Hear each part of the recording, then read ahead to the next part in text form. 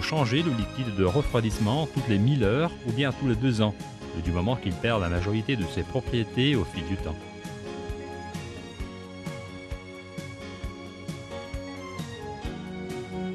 Après avoir enlevé le bouchon spécial, vidangez complètement le liquide du radiateur et le revissez.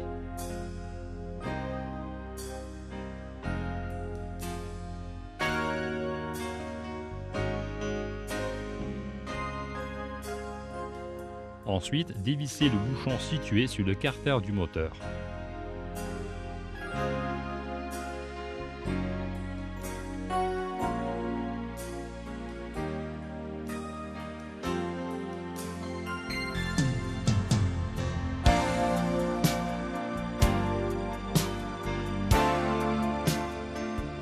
Dans ce cas aussi, attendre que le liquide soit complètement vidangé.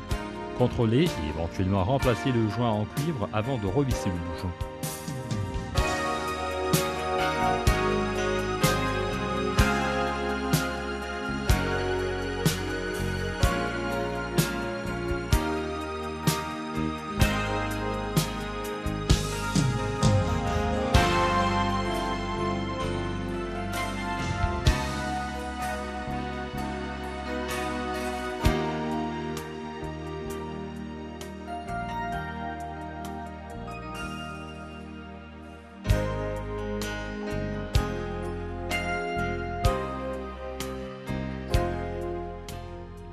Après avoir effectué des opérations de dégazage décrites auparavant, introduisez le liquide conseillé et rétablir son niveau correct.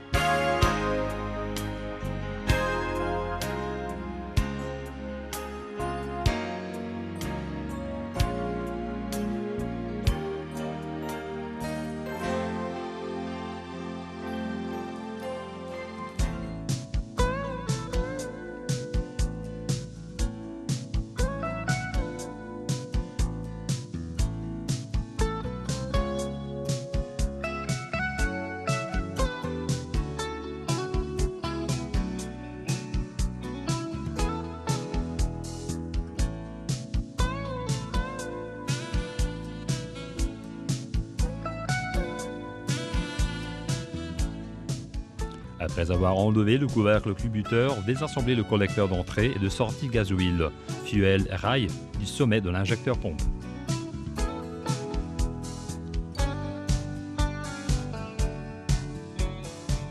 Ensuite, désassemblez la tige de commande des pompes en dévissant uniquement les 4 vis d'accouplement.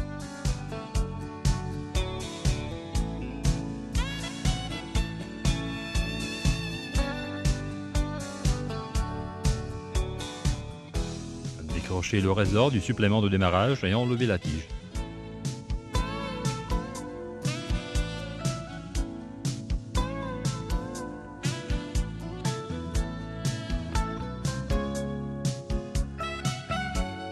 Numérotez chaque pompe injecteur avec la tige de culbuteur correspondante afin d'éviter de contrôler à nouveau l'avance injection au moment du réassemblage.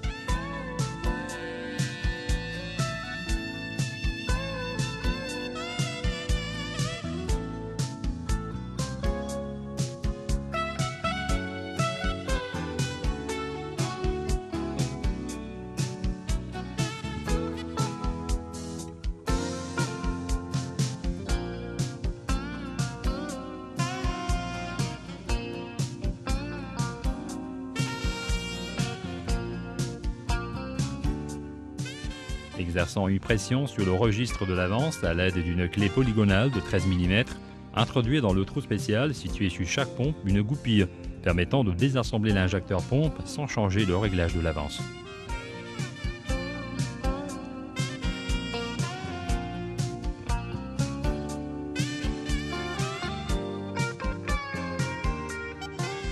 Après avoir desserré les écrous de fixation, désassemblez les pompes.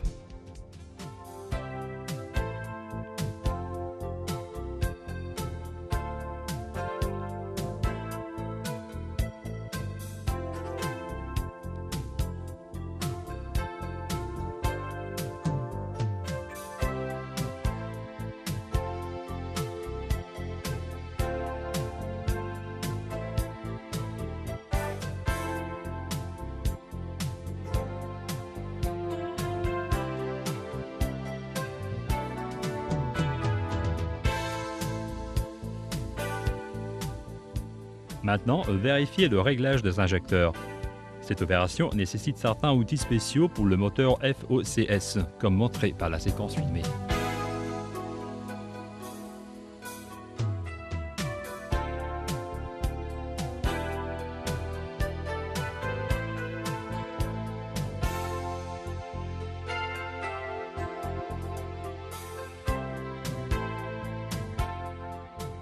Dévissez le clapet de non-retour de son logement situé sur le sommet de l'injecteur pompe et après avoir vérifié la présence du joint métallique, le remplacez avec la vis bouchon.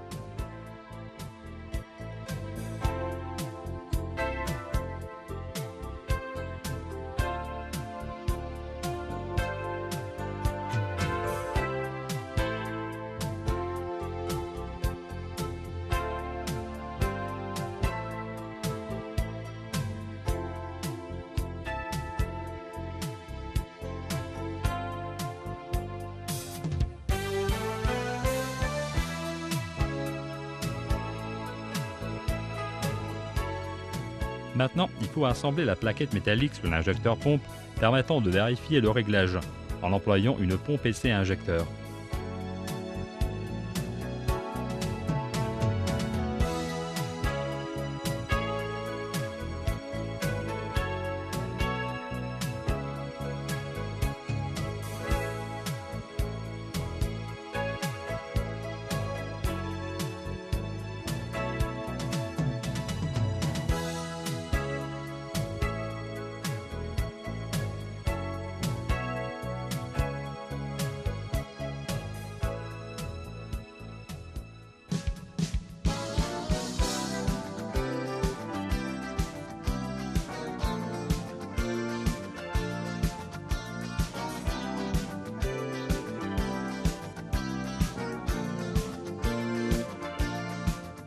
Si la valeur n'est pas correcte, comme le montrent les images, il faudra désassembler l'injecteur pour atteindre l'épaisseur de réglage spéciale.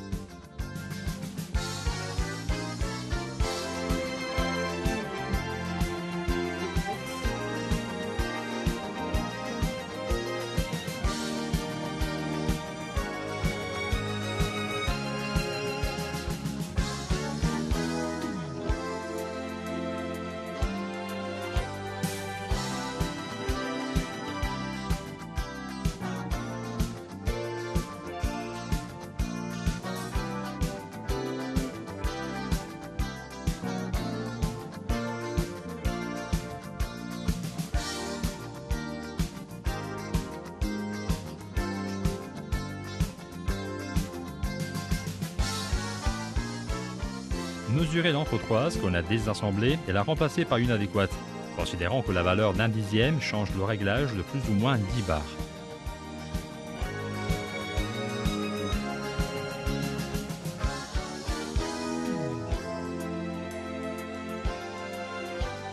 La séquence filmée montre un réglage supérieur aux valeurs de tolérance de 10 bars.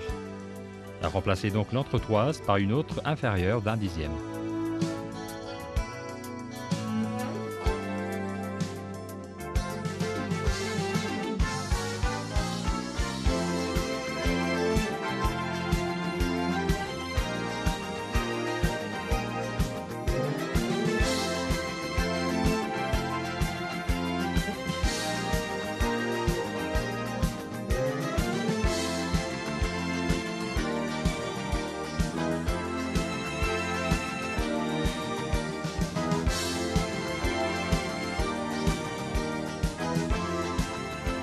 Le collier de serrage de l'injecteur devra être serré à la valeur de couple indiquée.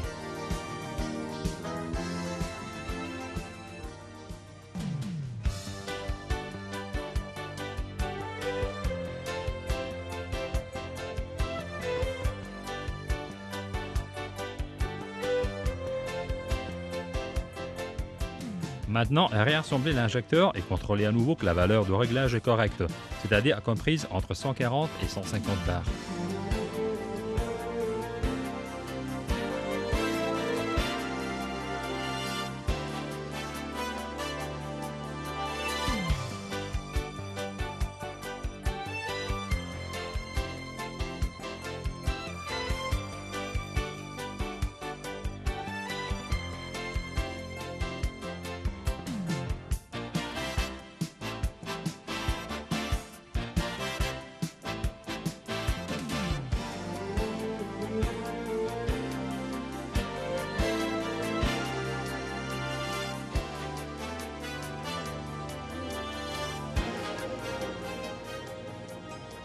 Après avoir désassemblé à nouveau la plaquette métallique et remplacé la vis bouchon avec le clapet de non-retour, il faut effectuer le réassemblage sur le moteur. Chaque fois que l'on désassemble ou réassemble les pompes et injecteurs, il faut remplacer le joint en cuivre, le pare-étincelle ainsi que les joints d'étanchéité en caoutchouc.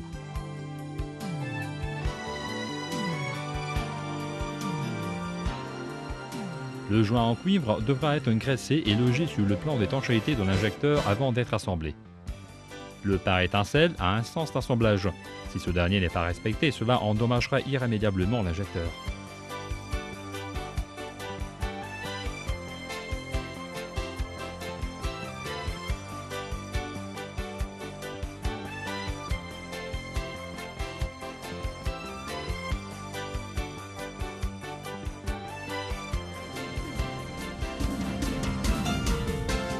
Suivant les indications précédemment fournies, il faut réassembler les pompes injecteurs dans leur logement respectif.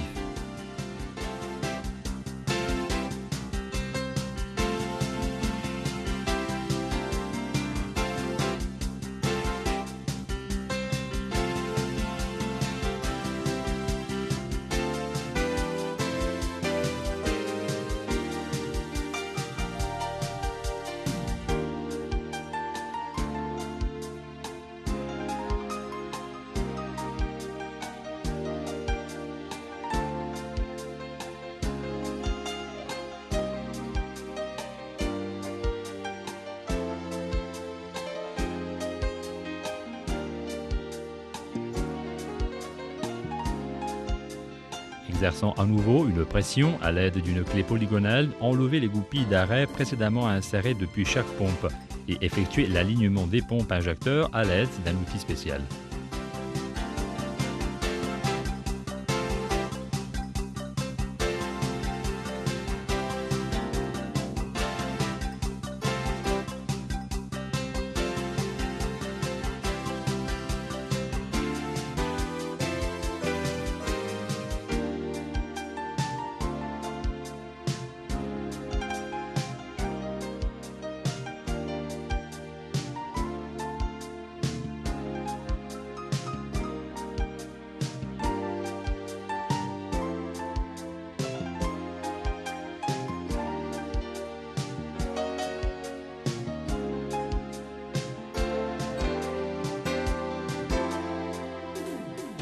Le serrage des écrous de fixation des pompes injecteurs s'effectue en plusieurs phases, au moins 2, avant d'arriver aux coupes de serrage finales.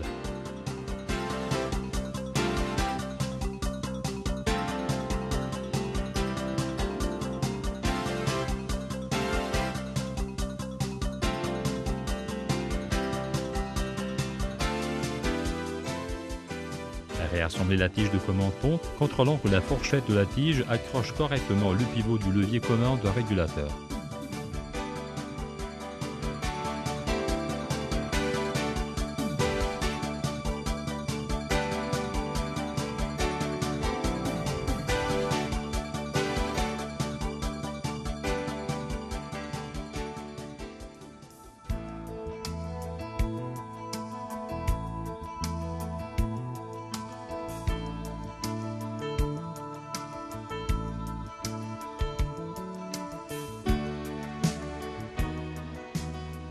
Raccrocher le ressort supplément de démarrage et remplacer les joints d'étanchéité en caoutchouc à l'entrée et à la sortie de chaque pompe.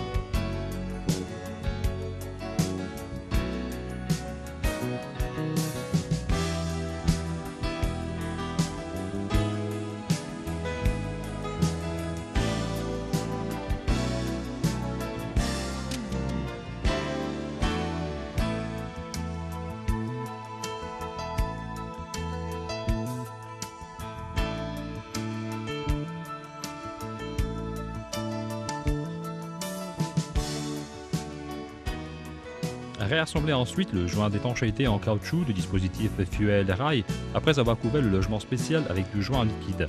Cette opération achevée, réassembler le couvercle.